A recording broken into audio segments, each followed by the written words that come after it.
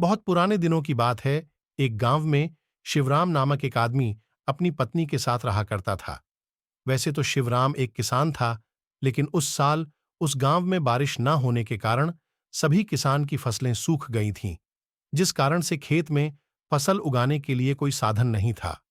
इस कारण से उनकी जिंदगी काफी हताश और निराश चल रही थी, लेकिन उनके पास एक हाथ से चलाने वाला ठेला था जिसको वह दूसरों की सामान को ढोने के लिए उपयोग करता था।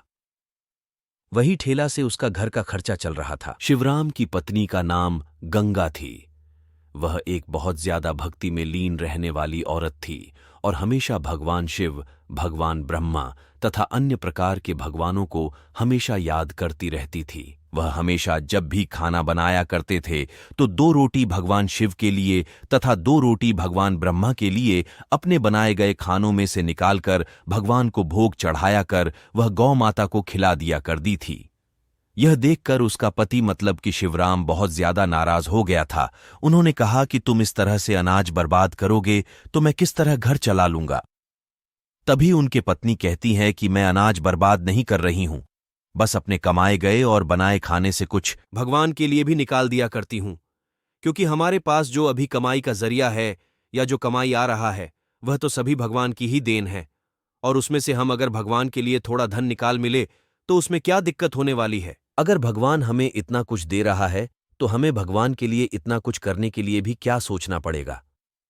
अगर बाद में हमारे काम नहीं चलेंगे और हमारे घर में खाना नहीं बनेगा तो भगवान भी भूखे रहेंगे। तभी तुम्हें पता चलेगा कि बहुत क्या चीज होती है और भगवान हमेशा हम लोगों को मदद करना रहेगा। पत्नी की बातें सुनकर शिवराम की आंखें खुल गईं। उन्होंने कहा कि तुम बिल्कुल सही बोल रही हो। मेरे पास जितना भी है, हमारे पास जितना भी है खाने पीने के लिए, सभी तो भगवान की ही देन है। क्योंकि अगर भगवान हमें काम नहीं देगा तो हम इसी तरह से भूखे ही रहेंगे। तुम हर रोज भगवान के लिए थोड़ा समय खाना निकालकर बहुत लगाकर खिलाया करो गौ माता को, ऐसे हमारा लाभ भी बढ़ेगा और भगवान हमें सद्बुद्धि भी देगा। शिवराम की पत्नी गंगा कहती है कि आप भी भगवान शिव की आराधना और उनका ध्यान किया करो, इससे हमारी कमाई का जरिया ज्यादा हो जाएगी। उन्होंने अगले दिन ठीक वैसा ही किया। भगवान का ध्यान करके घर से निकला और मुझे उस दिन बहुत ज्यादा की कमाई हुई थी। वह बहुत खुश था। शाम को जैसे ही घर आया, अपनी पत्नी गंगा से कहती है कि आज मेरा कमाई बहुत ज्यादा हुआ है और इस कारण से मुझे बहुत ज्यादा पैसे की बरसात हुई है। तभी उनकी पत्नी खुश होकर कहती है कि यह तो भगवान की देन है। आज आपने भगवान को दिल से याद किया है और भगवान शिव हमारे साथ हमेशा ऐसा ही करेंगे आगे तक। वह उन पैसों को अपने राशन के लिए उपयोग किया और जब थोड़ा पैसा बच गया तो उनकी पत्नी बोली कि हम कुछ पैसा भगवान के चरणों में होने समर्पित कर देते हैं। उन्होंने कहा कि हम इसमें से कुछ पैसा निकालकर मंदिर के पुजारी को दे देंगे, जिससे वह भगवान की सेवा में इसका उपयोग करेंगे। इसमें शिवराम ने भी अपनी सहमति जताई और कहा कि तुम सही कह रहे हो, आखिर भगवान के नाम से एक हम इतने सारे धन की प्राप्ति हुई है। एक दिन की बात है, शिवराम किसी तरह से कहीं गया हुआ था अपने कार्य करने के लिए, और जब वह अपने घर लौटा तो उसकी तबीयत ज्यादा खराब हो गई थी। उनकी पत्नी गंगा जब उसके सर पर हाथ फेरा तो देखा कि उन्हें बहुत ज्यादा बुखार है और उन्हें तुम्हारी की जरूरत है। उन्होंने तुरंत ही अपने पास के डॉक्टर को बुलाया और कहा कि मेरे पति जी को बहुत ज्यादा बुखार है, इन्हीं किसी प्रकार की दवाई देखा कि इनका स्वास्थ्य सही हो जाए।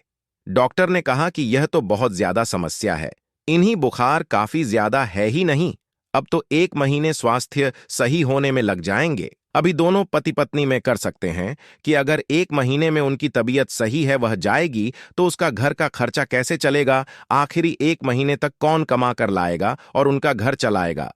क्योंकि उस साल भी बारिश नहीं हुई थी और उनके खेत में अभी तक सूखा ही था, इस कारण से फसल भी नहीं हुई है और तबीयत खराब होने के कारण वह मार्केट भी ठेला लेकर नहीं जा सकता था। ऐसे में उसका रहन सहन बहुत मुश्किल होने लगा था। 10 दिन बीत जाने के बाद उन्होंने देखा कि उनका तबीयत थोड़ा थोड़ा सही हो रहा है, लेकिन फिर भी अभी तक हुआ चलने की हालत में मिली तो उन्होंने सोचा कि मेरी तो खेत भी सही नहीं चल रही है और हमें बाहर जाने का रास्ता नजर नहीं आ रहा है, क्योंकि मेरी तबीयत खराब है। पता नहीं आगे की जिंदगी कैसी चलेगी। ये सभी चीजें भगवान ऊपर से देख रहा था, क्योंकि शिवराम की पत्नी गंगा और शिवराम भी अब तक भगवान की बहुत सारा भक्ति किया करती थी और वह हमेशा भगवान के लिए कुछ न कुछ खाने पीने के सामान में से भगवान शिव के तथा भगवान ब्रह्मा की आराधना के लिए उनकी के लिए निकाला करते थे। भगवान शिव बहुत ज्यादा चिंतित थे कि वह शिवराम की मदद किस प्रकार से करें। एक दिन की बात है, भगवान शिव ने ब्रह्मा को बुलाकर कहा कि हमारा भक्तों का हाल बहुत बुरा है, हमें उसकी मदद करनी चाहिए। उन्होंने कहा कि वह तो अभी बीमार है, चलो हमेशा करते हैं कि उनके खेत में जो भाषण अभी नहीं है उसमें खेती कर कर बहुत सारे अनाज को जाने का काम करेंगे, जिसे देखकर शिवराम बहुत खुश हो जाएगा और वह खुश रहेगा। शिवराम अभी बीमार ही था कि उनके खेत में बारिश होने लगे थे भगवान के द्वारा, और भगवान शिव खुद ही उनके खेत में हल चलाने के लिए आए थे। उन्होंने हल चलाया, बीज को उगाने के लिए उस खेत में बीज को बोया। भगवान ही उसके को देख रेख में किया करते थे और किसी को भी कुछ भी कानो कान खबर नहीं थी। एक दिन की बात है, भगवान शिव शिवराम के सपने में आता है और कहता है कि तुम्हारे खेत में बहुत सारे फसल लहलहा रहा है, तुम सोकर क्या कर रहे हो? जाओ अपने फसल को काटो और उसे भेज दो, इससे तुम्हारी जिंदगी की सारी मुसीबतें आसान हो जाएंगी ही। इतना सुनते ही शिवराम की आंखें खुल गईं और वह सपना टूट गया। उन्होंने सोचा कि भगवान शिव खुद ही आकर अगर ऐसा कह रहे हैं तो हो सकता है कि हमारे बंजर खेत में बहुत सारी फसल हो सकते हैं। उन्होंने सुबह होने का इंतजार किया और दूसरे ही दिन अपने खेत पर गया तो देखा कि बहुत सारा फसल उसके खेत में बहुत ज्यादा मात्रा में उपजाऊ हुआ है। अब शिवराम और उसकी पत्नी गंगा दोनों फसल की कटाई करते हैं और उन्हें मार्केट में अच्छी कीमत में जाकर बेच देते हैं। इससे उन्हें काफी ज्यादा पैसे मिल जाते हैं और बहुत ज्यादा धन की प्राप्ति हो जाती है। ऐसा कई बार करने वालों ने बहुत ज्यादा धन की प्राप्ति हो जाती है और गांव में वह सबसे अच्छे और अमीर हो जाते हैं। उन्होंने साफ मन से भगवान की आराधना की और कहां कि भगवान, मैं आपका शुक्रिया किस प्रकार अदा करूंगा कि आपने मुझे इतनी ज्यादा धनराशि तथा फल सब्जियां से नवाजा है। मेरे खेत में जहां पर एक भी दान या एक भी पौधा नहीं बचता था, उस खेत में आपके द्वारा बहुत सारे फसल अब लगने लगे हैं।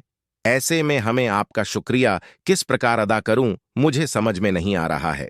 तभी उनकी पत्नी गंगा कहती है कि हम डिस्टर्ब पहले भगवान के लिए कुछ खाना बचाकर भोग लगाकर गौ माता को खिला दिया करते हैं तो हमारा कार्य अभी भी जारी रहेगा और आगे सब दिन जारी रहेगा।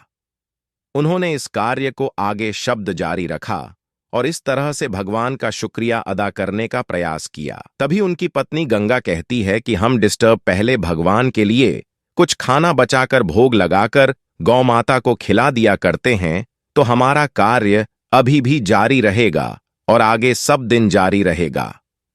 उन्होंने इस कार्य को आगे शब्द जारी रखा और इस तरह से भगवान का शुक्रिया अदा करने का प्रयास किया।